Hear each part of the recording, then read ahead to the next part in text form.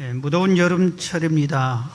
가만히 앉아 있어도 땀이 송글송글 맺히기도 합니다. 이 무더운 여름철이 되면은 우리 교회는 물론 다른 교회 모두 마찬가지입니다. 1년 중 가장 중요한 여름 행사가 있습니다. 수련회, 성경학교, 캠프 이런 아주 중요한 행사가 있습니다.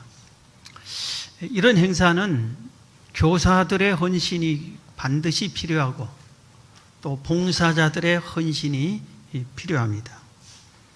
식당 봉사, 차량 봉사, 각종 준비물 봉사, 여러 가지 봉사가 필요합니다. 이번에는 우리 중고등부와 청년대학부는 제주도의 8교회에 나누어서 130명이 가서 선교하고 성경학교 해주고 지역을 전도하고 하는 일을 합니다. 또 전남 나주에 시골교회 한 3교회를 연합으로 성경학교 수련회를 개최해 줍니다. 이럴 때 우리 기도가 필요하고 많은 봉사가 필요합니다. 봉사에는 2 종류가 있어요. 하나는 하고 싶은 봉사가 있어요. 어디서든지 특히 교회에서도 하고 싶은 봉사가 있습니다. 하면은 기쁘고 즐겁고 감사하고 보람되고 많은 사람들이 칭찬하고 좋아하는 하고 싶은 봉사가 있습니다. 그런데 하기 싫은 봉사가 있습니다. 그런데 대부분 하기 싫은 봉사는 그 사역에서 제일 중요한 일입니다. 그런데 힘이 드니까 마음으로 아주 힘들고 육체적으로도 힘들고 그렇기 때문에 이 일은 많은 사람들이 하기 싫어합니다. 성경에 예수님께서 5달란트, 2달란트, 1달란트 비율을 설명했어요. 그런데 5달란트 받은 사람을 칭찬해 줬습니다. 아마 5달란트 받은 사람은 남들이 하기 싫은 여러 가지 봉사들을 많이 했던 사람으로 우리가 추측을 할 수가 있습니다. 오늘 본문이 하기 싫은 일을 한 사람을 소개합니다. 그리고 그 사람에게 하나님께서 큰 복을 주셨다고 본문이 설명을 합니다. 오늘 본문 사무엘하 6장 11절 말씀을 보면은 여호와의 궤가 가드 사람 오벳 에돔의 집에 석 달을 있었는데 여호와께서 오벳 에돔과 그의 온 집에 복을 주시니라. 그렇게 말씀하셨습니다. 하나님의 궤가 가드 사람 오벳 에돔의 집에 있었다. 이거 볼 때는 간단한 것 같은데 이 오벳 에돔은 남이 싫어한 일, 힘들어한 일, 어려워한 일 또는 아주 심히 무섭고 두려워하는 일을 자기가 감수하고 그 일을 해냈습니다. 그래서 하나님께서 그 집에 복을 내려주셨다 이겁니다. 오늘 본문 내용을 좀 이해하려면은 우리가 계속해서 사무엘상하 말씀을 듣는데 앞부분을 이해하면 됩니다. 다윗이 먼저 아주 복된 생각을 합니다. 다윗은 통일 이스라엘의 왕이 됐어요. 그리고 나니까 블레셋이 쳐들어옵니다. 그래서 이 블레셋을 쳐서 물리칩니다. 그래서 나라가 평안하고 안정이 됐어요. 자기가 이제 이스라엘 전체의 왕으로 자리를 잡았습니다. 그러니까 제일 먼저 한 일이 뭐냐면은 그동안 7, 80년 동안 방치되었던 여호와의 궤, 이 여호와의 궤를 법궤, 증거궤, 언약궤 이렇게도 부르기도 하는데 이 여호와의 궤를 다윗성, 그러니까 예루살렘 성으로, 그러니까 왕궁이 있는 곳으로 모셔오려고 생각을 합니다. 그리고 이 일을 추진합니다. 여호와의 궤는 엘리 제사장 시절에 블레셋에 뺏겨버렸습니다. 엘리 제사장이 자기 귀한 사역, 그 제사장의 직분의 그 귀한 사역을 잘 감당하지 못합니다. 그래서 하나님께서 그를 징벌합니다. 그래서 전쟁이 일어났는데 그 전쟁터에 나가서 엘리 제사장 2 아들도 죽고 이 소식을 들은 엘리도 의자에 앉았다가 넘어져서 목이 부러져 죽고, 그 며느리가 아들을 낳다 죽고 그 아들도 죽고, 이렇게 가문이 이렇게 아주 하나님의 귀한 선지자의 제사장의 그 직분을 주었는데도 그 직분을 감당하지 못하고 아주 두 아들이 제사장으로서 성전 내에서, 성막 안에서 도저히 상상할 수 없는 큰 범죄를 짓는데도 그걸 감당하지 못합니다. 그래서 하나님이 그 가문을 멸하는 것을 알 수 있어요. 이때 블레셋이 여호와의 궤를 뺏어가 버립니다. 그래서 다윗은 왕이 된 후에 전왕인 사울 왕은 40년이나 통치하면서도 이 여호와의 궤에 관심도 갖지 않았어요. 그리고 다른 사람들도 전혀 관심을 갖지 않았어요. 그런데 다윗은 아무도 생각지 않고 어느 누구도 시사하지 않는 여호와의 궤가 지금 방치되어 있다. 이 여호와의 궤를 내가 수도 다윗성에 옮겨서 내가 거기서 하나님을 경외하고 섬겨야 되겠다. 이렇게 참 좋은 생각을 합니다. 다윗이 이런 생각을 한 이유는 언제나 하나님 중심의 삶을 살았기 때문에 그렇습니다. 하나님을 믿는 사람은 하나님 중심의 삶, 하나님 제일주의의 삶을 살아야 한다고 누누이 가르치고 있습니다. 어떻게 하면은 하나님을 더 잘 섬길까? 어떻게 하면 하나님을 기쁘시게 할까? 어떻게 하면 하나님께 영광 돌릴까? 이런 생각을 다윗은 늘 품었던 것입니다. 하나님 중심의 생각을. 다윗은 여호와의 궤를 모셔오기 위해서 이스라엘 전역에서 가장 뛰어난 병사들 3만 명을 모집합니다. 이스라엘 전역에서 가장 뛰어난 병사들로, 그리고 언약궤를 이렇게 다윗성으로 옮겨오기 위해서 수레를 새로 만듭니다. 새 수레다. 그리고 아주 모든 악기, 그 당시 악기, 수금, 비파, 소고, 양금, 재금, 이런 모든 악기를 동원하고 찬양대를 앞세워서 찬양을 하면서 여호와의 궤를 이렇게 다윗성으로 이렇게 옮겨옵니다. 그리고 그 여호와의 궤를 수레가 끌고 가는 그 뒤로 3만 명이나 멋있는 군사들이 지키고, 다윗 왕이 뒤따르고 찬양대가 찬양을 하고 함께 찬양을 하면서 이렇게 딱 나아갑니다. 그런데 오늘 읽은 본문 말씀을 다시 한번 보겠습니다. 사무엘하 6장 6절부터입니다.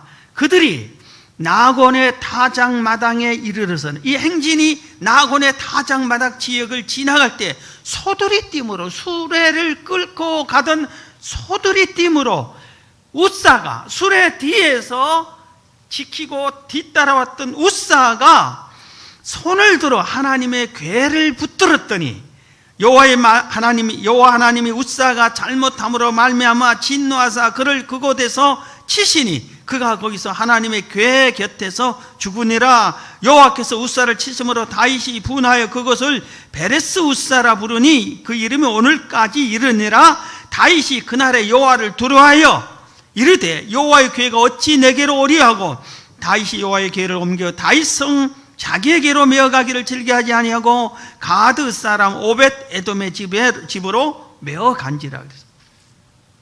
수레가 끄는데 나름대로 다윗은 최고의 정성을 다해서 이 수레를 자기 다윗성으로 옮겨오는데, 그리고 멋있는 군사들 3만 명이나 이렇게 뒤따르게 하고 찬양대를 앞세우고 이렇게 해서 오는데, 우리가 볼 때도 참 정성껏 한 것 같은데, 궤가 뛰니까 그걸 웃사가 뛰는 것을 붙잡으니까 거기서 오늘 성경에 보니 여호와 7절에 여호와 하나님이 웃사가 잘못했다 그겁니다.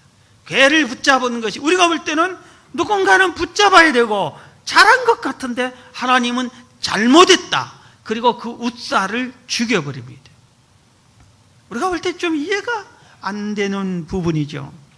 그런데 왜 그러냐면은 이 여호와의 궤는 가장 귀하고 거룩하고 소중한 것입니다. 하나님께서 이 여호와의 궤를 모세를 통해서, 다윗 시대가 아니라 훨씬 앞에 있는 모세 시대의 모세를 직접 불러서 여호와의 궤를 제작하게 합니다. 하나님이 설계를 했다 이겁니다. 그래서 아카시아 나무로 만들고 금으로 입혀라. 크기는 어떻게 해라.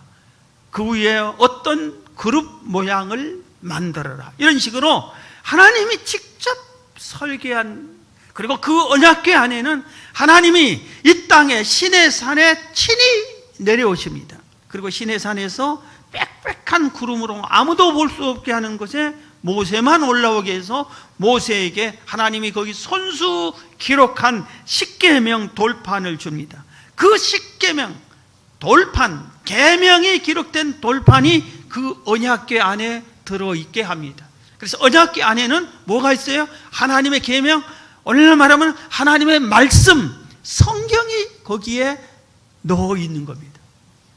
그러니까 얼마나 귀한 거예요. 그리고 그대로 끝난 게 아니라 이 언약궤를 움직일 때, 광야 시절에 출애굽해서 광야에서 40년 지내는 동안에는 구름기둥 불기둥이 이스라엘 백성을 인도하고 보호했어. 구름기둥 불기둥 움직이면은 성막 안에 있던 언약궤도 움직여야 되는데, 그때는 이 언약궤를 제사장이 매든지 아니면은 레위인들이 매든지 그렇게 딱 하나님이 규례로 정해놨습니다. 아무도 손 못 대게 하고 제사장들이 매게 했다 이겁니다. 그것도 수레로 끄는 것이 아니라 반드시 네 사람이 어깨에 메고 하게끔 하나님이 법으로 정해놨다 이겁니다. 그런데 이 법을, 이 규례를, 그러니까 이 성경을 다윗이 아마 제대로 이해를 못한 것 같습니다. 그 당시에 엘리 제사장 시절에 엘리가 제사장 역할을 할 때 하나님의 말씀이 없었어요. 희귀했어요. 엘리가 그 역할을 제대로 못했다 이겁니다. 하나님의 말씀을 잘 가르치지를 못했어요. 전달하지를 못했어. 그러니까 전달받지 못한 백성들도 모르는 겁니다. 그런 시대에 있어요. 그래서 다윗은 나름대로 자기 최고의 정성을 다해서 모셔오는데, 하나님이 볼 때는 하나님이 정해놓은 법에 어긋나게 한 겁니다. 그래서 언약궤를 함부로 만져서는 안 되는데, 우사는 레위인도 아니고 제사장도 아닌 사람이 그것을 만졌기 때문에 그대로 죽게 해요. 그래서 이 언약궤가 얼마나 귀하고 소중하고 하나님이 귀하게 여긴가를 깨닫게 해주는 겁니다. 사랑하는 성도 여러분, 여러분은 다윗처럼 복된 생각을 하시되 여호와 하나님의 법도를 소중히 여기시기를 주의 이름으로 축원합니다. 하나님을 우리가 믿고 섬기고 봉사하되 내 마음대로 내 열심으로 득심이로 내가 열심히 하기만 하면 되지, 그게 옳은 것이 아니라 이겁니다. 하나님이 봉사하고 섬기되 하나님이 원하는 방법대로, 하나님이 기뻐하는 방법, 하나님이 정해진 방법대로 우리가 여호와를 섬기고 봉사하고 헌신해야 되는 겁니다. 봉사하면서 싸워, 이건 하나님의 법이 아니잖아요. 봉사하면서 상대방을 시험 들게, 이건 하나님이 싫어하잖아요. 우리가 그렇게 하는 것이 아니라 이겁니다. 봉사가 중요한 게 아니라 봉사를 바르게 하는 것이 중요한 것이다 하는 것을 우리가 본문에서 배울 수 있습니다. 자, 그러면은 여호와의 궤가 도대체 뭐냐, 왜 이렇게 소중한가에 대해서 다른 면으로 다시 한번 우리가 이해를 해야 됩니다. 여호와의 궤는 하나님과 인간이 만나는 장소입니다. 출애굽기 25장 22절에 보면은 거기서 내가 너와 만나고 그랬어요. 하나님이 모세에게 언약궤를 다 설명하면서 내가 거기서 너를 만날 것이다. 거기서 내가 너와 만나고 속죄소위 곧 증거궤 위에 있는, 여기서는 언약궤를 증거궤라고 불렀죠. 증거궤 위에 있는 두 그룹 사이에서 내가 이스라엘 자손을 위하여 너에게 명령할 모든 일을 너에게 이르리라. 하나님이 모세를 내가 너를 언약궤 앞에서 만날 것이다. 거기서 내가 내 백성에게 할 말을 너에게 전달할 것이다. 하나님을 만나는 장소로 하나님이 정해 주었어요. 그러니 이 언약궤가 얼마나 귀하고 소중합니까? 그 다음에 이스라엘 백성이 하나님의 뜻을 묻는 장소였어요. 출애굽한 후에 가나안 땅을 점령하려 갈 때 이스라엘 백성들이 큰 여리고성을 무너뜨립니다. 그 다음에 조그만 아이성을 아주 우습게 여기고 병사 많이 보내지도 않고 가서 일방적으로 하나님과 의논도 않고 묻지도 않고 가서 자기들 마음대로 가서 아이성을 공격하러 갑니다. 그런데 거기서 대패하고 맙니다. 그때 총지도자인 여호수아가 가슴을 찢고 옷을 찢으면서 여호와의 궤 앞에서 하나님께 통곡하면서 기도합니다. 왜 우리가 패했습니까? 간절히 묻습니다. 그랬더니 하나님께서 아간의 죄 때문이다, 그렇게 지적해 줍니다. 이스라엘 백성이 하나님의 뜻을 물을 때 여호와의 궤 앞에서 하나님의 뜻을 물었어요. 그 여호와의 궤는 하나님의 인간을 만나주는 장소였어요. 그리고 우리의 죄를 사함받는 속죄의 장소라고 레위기 16장에 또 소개를 하고 있습니다. 그래서 우리들이 알아야 할 것은 여호와의 궤가 이렇게 소중한 것은 그 안에 하나님의 말씀, 계명이 있기 때문에, 그래서 우리들이 오늘날 이 성경 말씀이 얼마나 귀하고 소중한가를 깨달아야 돼요. 이 성경 말씀에서 하나님을 만날 수 있고, 이 성경 말씀 앞에서 하나님에게 뜻을 물을 수 있고, 이 성경을 통해서 하나님의 원하시는 것을 알 수가 있는 거예요. 그래서 우리는 이 성경을 그래서 너무 귀하고 소중히 여겨야 됩니다. 그런데 요새 우리 한국 교회에서는 성경이 천대받습니다. 여러분, 성경을 귀하게 여깁니까? 여러분의 금반지를 귀하게 여깁니까? 목걸이를 귀하게 여깁니까? 여러분, 옷을 귀하게 여깁니까? 이 성경을 귀하게 여깁니까? 우리 신앙의 선배들은 집이 불났어, 뛰어가서 성경 하나만 들고 나왔어요. 다른 사람은 집 문서 챙기고 돈 문서 챙기고 그러겠지. 그런데 그랬어요, 성경 하나. 예. 이북에서 피난 나올 때 우리 선배 신앙인들이 성경을 품에 안고 피난했어요. 성경을 품에 안고 이렇게 성경을 소중히 여겼어요. 그런데 요새는 성경이 아주 천덕꾸러기가 됐어요. 집집마다 흔하니까, 어디 가나 있으니까. 예. 우리 교회도 수백 권을 놓고 뭐 성경 없으면 저걸 보고 다시 끼워 놓으면 되고, 뭐 어디든지 성경, 심지어는 호텔 가도 성경이 있어요. 흔해. 그러니까 흔한 것을 천덕꾸러기로 얘기해요.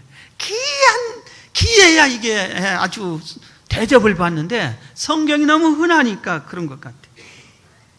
여러분, 성경을 소중히 여기시기 바랍니다. 이 책을 소중히 여기라는 게 아니라 이 책 속에 기록된 말씀이 하나님의 말씀이에요. 이 말씀이. 이스라엘 백성은 이 언약궤와 함께 할 때는 놀라운 기적을 체험했어요. 가나안 땅으로 갈 때 요단강이 앞에 딱 가로막혔습니다. 이때 여호수아가 제사장들에게 언약궤를 메고 요단강을 건너라 합니다. 그러니까 요단강이 흐르는데 제사장들이 이 언약궤 안에는 뭐가 있다고요?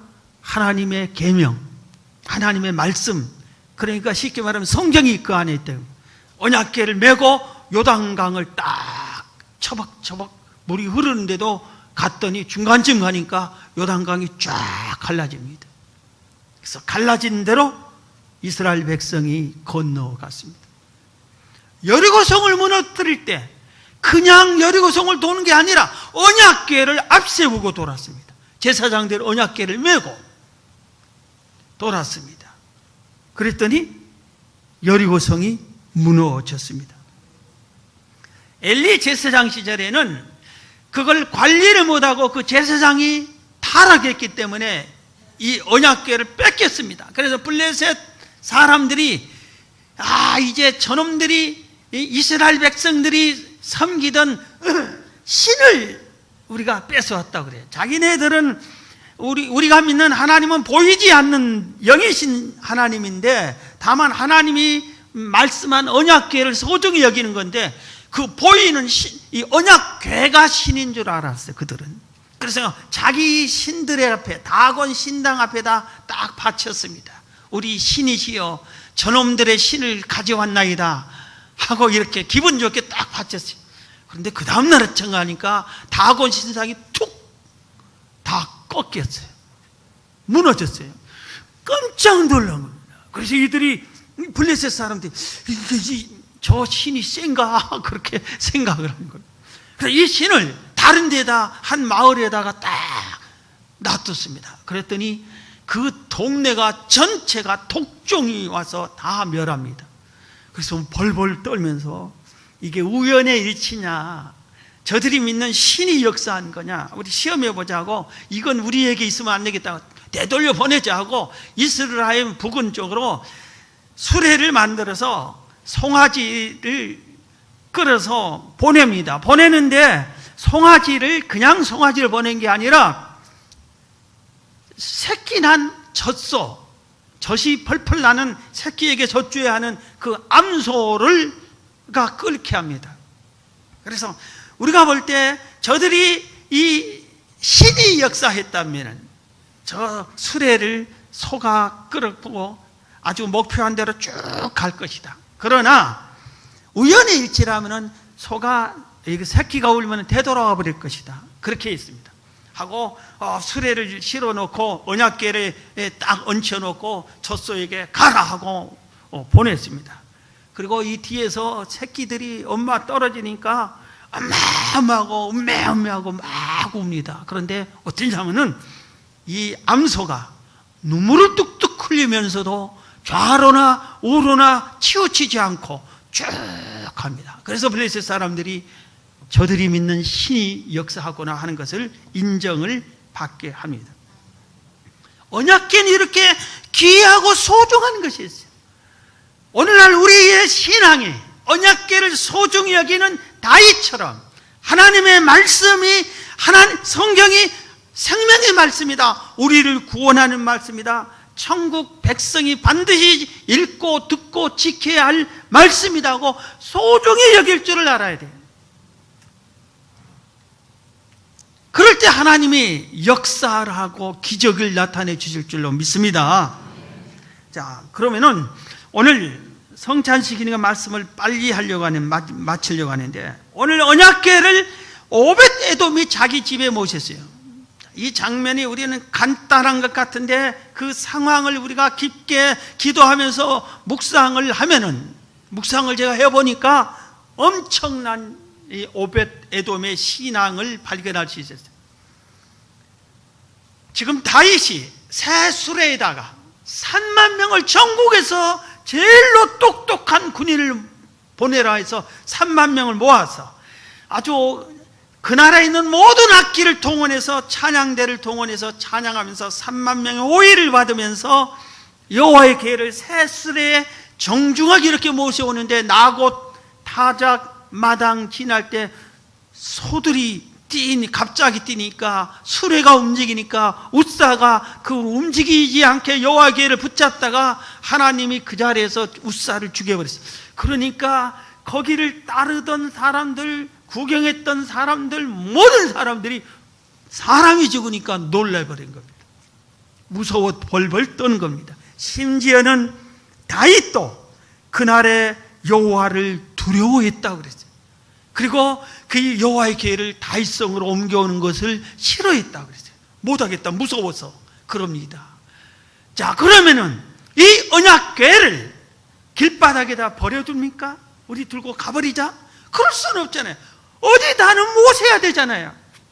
그래서 다윗이 누가 하나님의 언약궤를 모실 것이냐? 어느 집에 이걸 모실까? 아무리 찾아도 아무도 나서지 않습니다.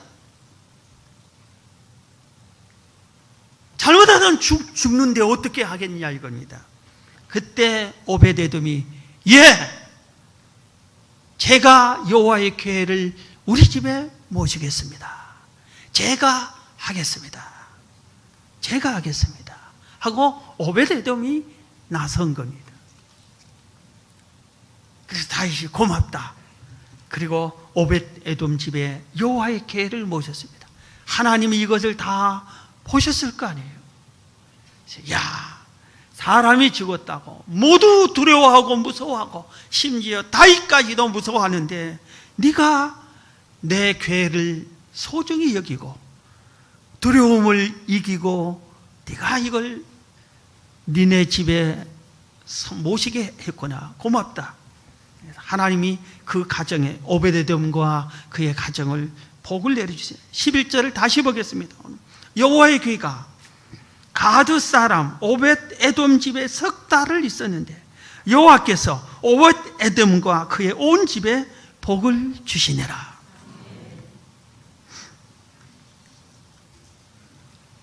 오늘 우리는 깨달아야 됩니다.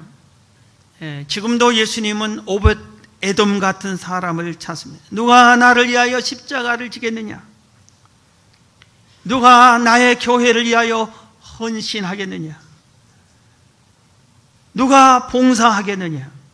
하나님 나라와 하나님의 복음을 위하여 누가 몸을 바치고 시간을 바치고 물질을 바치겠느냐? 제가 하겠습니다. 오벳에돔은 제가 하겠습니다 했습니다.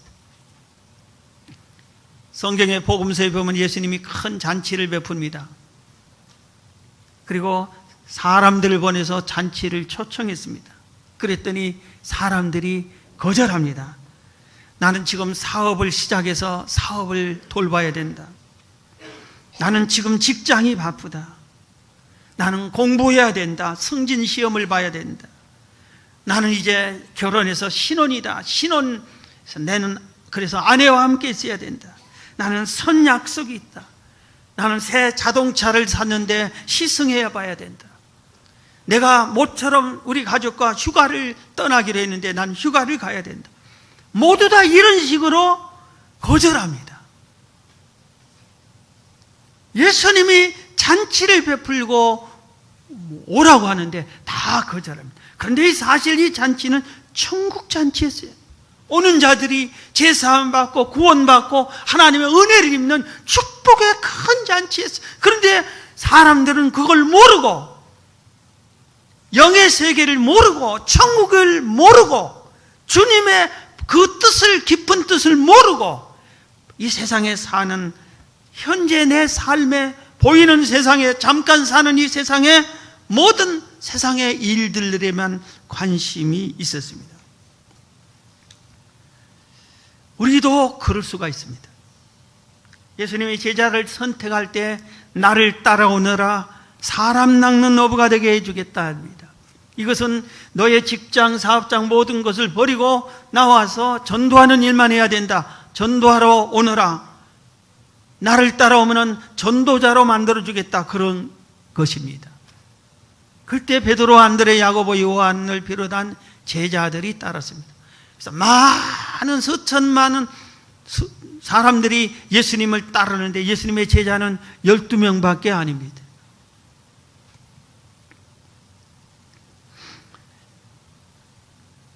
우리 집에 잘못 모셨다. 우리 집 사람이 죽어갈지도 모릅니다.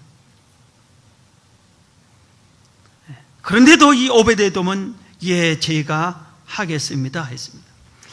찬송가 311장에 가사가 이런 가사가 있어요. 내 너를 위하여 몸버려 피 흘려 너의 죄를 속하여 살 길을 주었다. 널 위해 몸을 주건만 너는 나에게 무엇을 주느냐. 이런 가사의 찬송이 있습니다. 오늘 이 말씀과 이 찬송을 생각하면서 예수님은 나를 위해 이 땅에 오셨어요. 예수님이 이 땅 온 것은 나를 위해서, 나를 살리려고, 그리고 내 죄를 용서하려고 대신 십자가에 달려서 피 흘려 죽어주셨어요. 오늘 이 성찬을, 이 찬송과 오늘 말씀을 묵상하면서 성찬을 참여하시고 주의 은혜를 감사하면서 성찬을 참여하시고, 이 올 여름에도 여러분들이 누가 할까? 네, 제가 여기 있습니다 하는 여러분들이 오벳 에돔과 같은 여러분이 다 되시기를 주의 이름으로 축원합니다.